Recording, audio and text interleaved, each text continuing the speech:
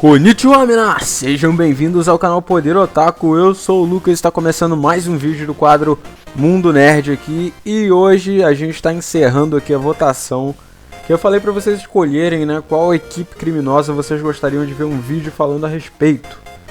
Bom, então a gente vê aqui nos gráficos, né, da votação que a Katsuki teve 23 votos, ou seja, 27%. O Jupongatana teve apenas um voto. Caraca, cadê os fãs de Samurai X? Meu Deus do céu. 1%. A Red Ribbon teve 31 votos, que corresponde a 36%. A equipe Rocket, Magma, Aqua, as equipes de Pokémon, né, tiveram 9 votos, né, que foi 10% do total. E o Genei Ryodan, que teve 22 votos, que foi 26% do total. Então a gente vê que a Red Ribbon alcançou aí, acabou ganhando essa competição com 31 votos. Então, como prometido, eu vou fazer um vídeo aqui falando mais sobre a Red Ribbon de Dragon Ball, sobre alguns detalhes que você possivelmente pode ter deixado passar quando você assistiu Dragon Ball. Então, hoje eu vou estar falando aqui um vídeo especificamente da Red Ribbon, depois da abertura.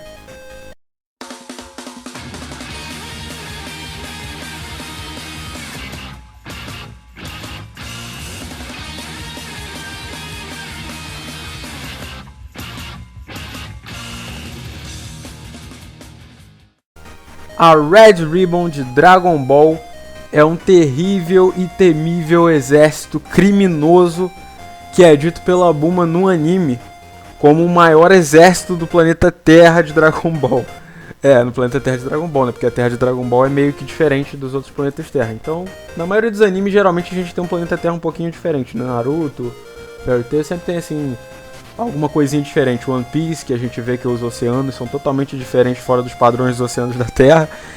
Então, em Dragon Ball a gente tem um planeta também que é bem diferente da nossa Terra, né? E a gente tem o exército mais poderoso de todos, que é o exército criminoso da Red Ribbon. A Bulma disse que nem os exércitos mais fortes da Terra poderiam bater de frente com o exército da Red Ribbon.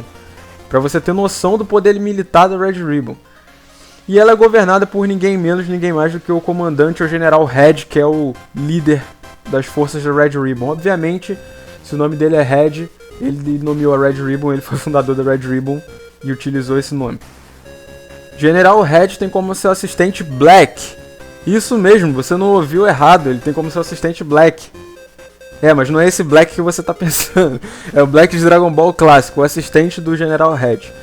E a gente tem muitos outros membros assim da Red Ribbon, né, como capitães, subcapitães, generais, tenentes e tal. A gente tem, além de Red, Black, o General Blue, né, que também ficou muito famoso dentro de Dragon Ball. A gente tem o General White, a gente tem muitos governantes dentro da Red Ribbon e eu vou falar um pouquinho mais a respeito de cada um e sobre a história da Red Ribbon em si também, né? Bom, como eu disse aqui, o General Red é o líder, o fundador da organização. E além do poder militar, ele não tem só isso, ele tem todo um instituto de pesquisas, ele tem cientistas trabalhando para ele, ele tem armamento muito pesado. E a gente vê que é, sem dúvida alguma, uma organização impressionante assim de poder militar, né? Então, obviamente, galera, como vocês já devem imaginar, né, entre esses cientistas que trabalhavam para a Red Ribbon está o Dr. Gero. Dr. Gero, criador dos androides da saga Cell. Então, mais à frente a gente vai saber um pouquinho mais sobre isso tudo aí, sobre o fator android, sobre o fator Red Ribbon dos androides. Mas indo de volta no tempo, ao começo de tudo em Dragon Ball, todo o exército da Red Ribbon foi derrotado pelo Goku, cara. Isso foi incrível, impressionante, porque a gente fala assim, o maior exército da Terra, tá? Mas foi derrotado pelo Goku ainda criança, um Goku que não tinha nem poder pra virar Super Saiyajin ainda. Então é realmente impressionante a gente ter visto o fato do Goku ter derrubado todo o exército da Red Ribbon logo no começo do anime, né? Então a gente teve a saga Red Ribbon especificamente pra isso. Então o Goku enfrentou diversos inimigos aí muito conhecidos aí pela galera. E no final das contas triunfou. Mas aconteceu algo no meio do percurso. O assistente de Red, que é o Black, né, ele acabou ficando com raiva do Red e matou ele, deu um tiro na cabeça dele. Então ele acabou assumindo a Red Ribbon nesse ponto. Só que o Black também não sobreviveu muito, ele lutou com o Goku e acabou morrendo também. Aí você fala assim, então a Red Ribbon acabou nesse ponto? Sim, basicamente sim, porém a gente ainda tinha uma pessoa viva, que era o Dr. Gero, que trabalhou lá do Dr. Flapper para poder criar os androides. De 1 até 7 nós tivemos falha nos androides. E apenas no 8º o projeto começou a dar certo. Então o 8º foi o primeiro androide que funcionou, que também é um androide que apareceu em Dragon Ball clássico aí, né? Que todo mundo viu. Então o Android 9 é dito como o próprio General Reg em Dragon Ball Online. É claro que Dragon Ball Online não pode ser considerado canon, né? Mas se você for considerar um Android como o nono, o Android 9, é o próprio Comandante Red que ressuscitou como Android 9. Mas, como eu disse, é Dragon Ball Online, então a gente não pode considerar esse fato 100% canônico dentro de Dragon Ball. Androids 10, 11 e 12 também foram falhas. E só a partir do 13 que... 13, porra! 13 meu caralho, filho da puta! Gostei, eu quero esse 13 daqui a pouquinho aí. Que bodybuilder, porra! Tô namorando todo mundo.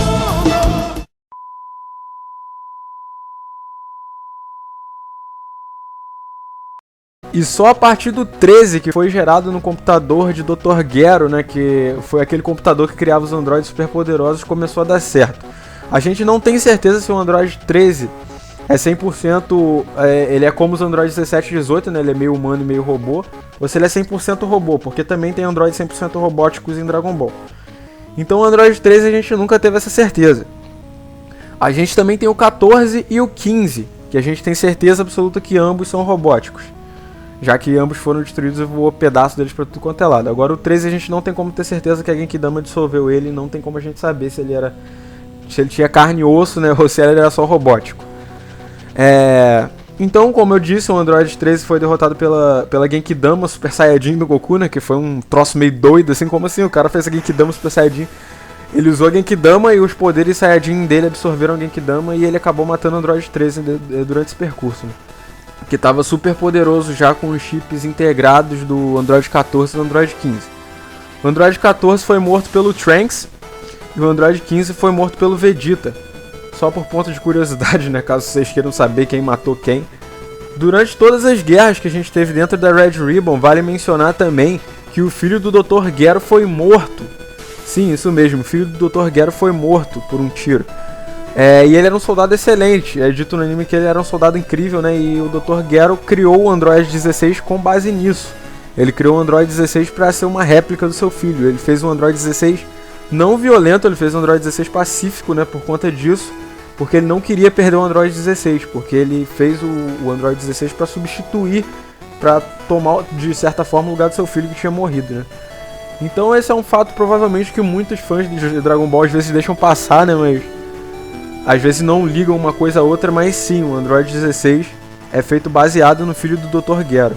E ele é um Android pacifista por conta disso, porque o Dr. Gero tinha medo de perder ele em combate, então ele fez um Android pacifista para poder evitar que ele entrasse em confusão, em briga, qualquer coisa do tipo e acabasse morto.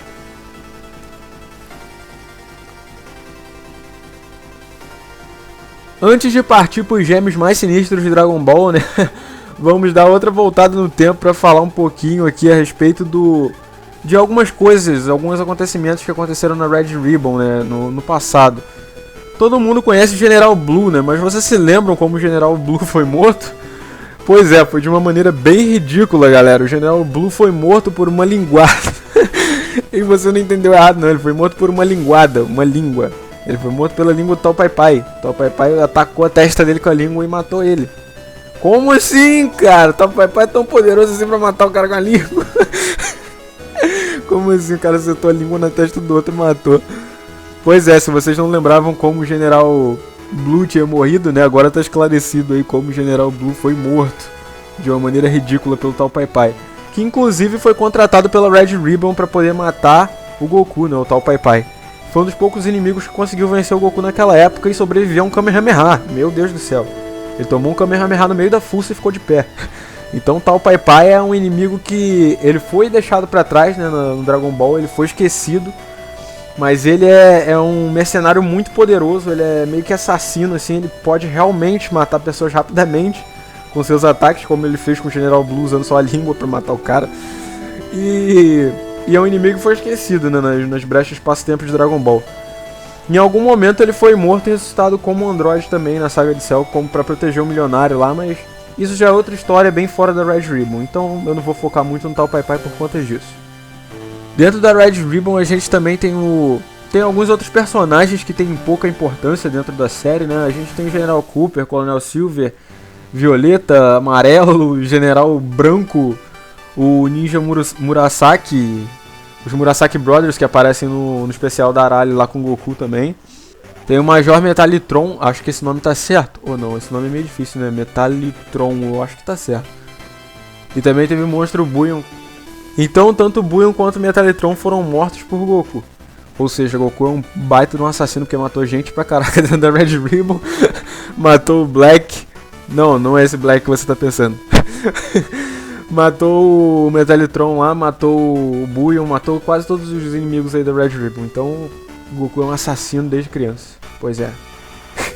Então, voltando pros androides, a gente parou nos irmãos gêmeos mais sinistros de todos, 17 e 18, que causaram um grande problema, grande treta no futuro de Trunks, que acabaram matando todos os guerreiros Z aí.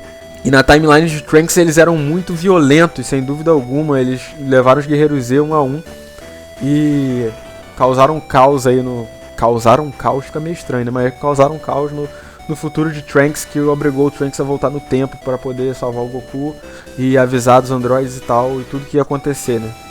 Então androides 17 e 18 são muito B10, cara. Eu considero os dois pacas, são muito legais, sem dúvida alguma.